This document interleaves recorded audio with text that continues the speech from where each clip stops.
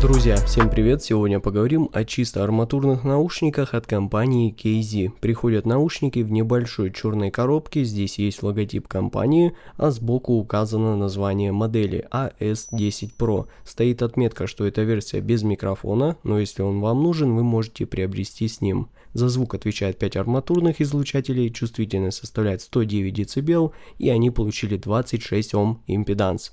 Теперь давайте рассмотрим комплектацию более подробно. Здесь первым делом нас встречают наушники, вот так они выглядят. Далее набор амбушюр из силикона и пенные насадки. И совершенно обычный кабель с коннекторами QDC и штекером на 3,5 джек.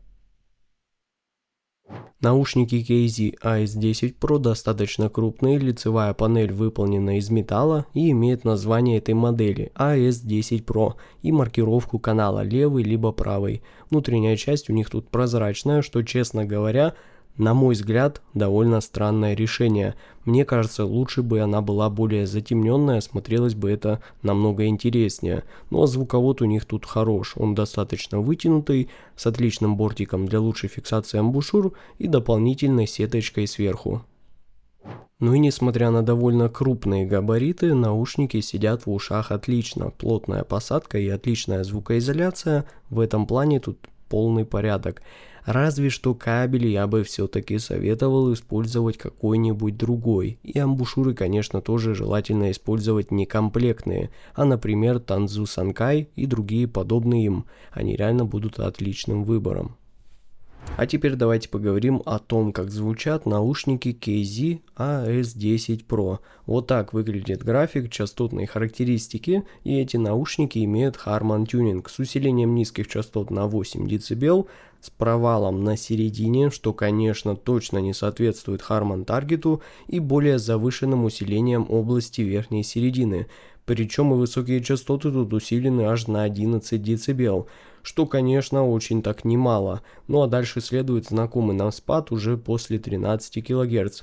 И звучат эти наушники с первых минут прослушивания очень энергично, с облегченной серединкой, неплохим по массивности и глубине басом, но с более упрощенными высокими частотами, которые обладают явным арматурным тембром и неким заметным шелестом и остаточным призвуком. Но давайте разберем звучание по порядку. Низкие частоты здесь вполне бодренькие, достаточно массивные, есть и ощутимая глубина сабаса и вес басовых партий, имеется довольно выделенная атака у мидбаса и вполне прослушиваемая текстурность и прозрачность с неплохим панчем, за счет чего бас тут не звучит как-то излишне тепло и расслабленно, и в миксе он точно старается как можно чаще выделяться, нежели звучать скомканно и зажато, слившись с ним. То есть это вполне для арматурных наушников уверенный такой выделяющийся бас, которого, возможно, хватит даже некоторым басхедам. Но вот средние частоты тут довольно странные. В первую очередь меня смущает провал, который здесь имеется, и он очень хорошо обращает на себя внимание, из-за чего вокал тут воспринимается в некой степени утопленным и сильно отодвинутым от нас по восприятию. Да, конечно, в оригинальном Harman тюнинге нижняя середина тоже должна быть облегчена, но блин, не настолько же сильно, как здесь. Тут прям это явно замечаешь во многих композициях, даже на более высокой громкости. Если их слушать, пытаясь компенсировать и потянуть этот диапазон, все равно это очень заметно. Да и с верхней серединкой тут, на мой вкус, точно переборщили. Поэтому ударная партия прям очень сильно подчеркнута, и малый барабан неплохо так щелкает каждый раз при ударе, особенно в хип-хоп жанрах. Даже Singed Super Mix 4 были помягче и менее агрессивнее в этом диапазоне, хоть и тон подачи тут более теплый, но тем не менее вот эта злость тут явно прослушивается. Мне бы хотелось все-таки получить более расслабленный и спокойный тон подачи здесь, и более лучшее разрешение с прозрачностью и воздухом. Да и когерентность драйверов тут тоже под вопросом. Есть у меня прям четкое ощущение, что все как-то отдельно играет, из-за чего в построении пространства и образов возникает некая путаница. Это там играет, это здесь, и в итоге, особенно в тяжелых жанрах, есть эффект каши и мазни. Да и по высоким частотам здесь тоже все далеко от моего идеала. Есть тут и шелест, и какие-то вот призвуки остаточные от тарелочек.